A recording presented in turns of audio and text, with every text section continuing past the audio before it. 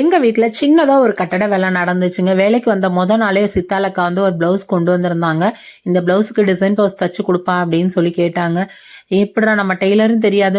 வந்த நாளே எப்படி ப்ளவுஸ் கொண்டு வந்தாங்கன்னு கேட்டதுக்கு, வீட்டுக்கிட்ட இருக்க டெய்லர்ட்ட தான் குடுக்குறதுக்கு வந்தேன். கரெக்ட்டா பஸ் வந்தோனே ஏறி வந்துட்டேன். வரையில ஃபுல்லா யோசனையா இருந்துச்சு.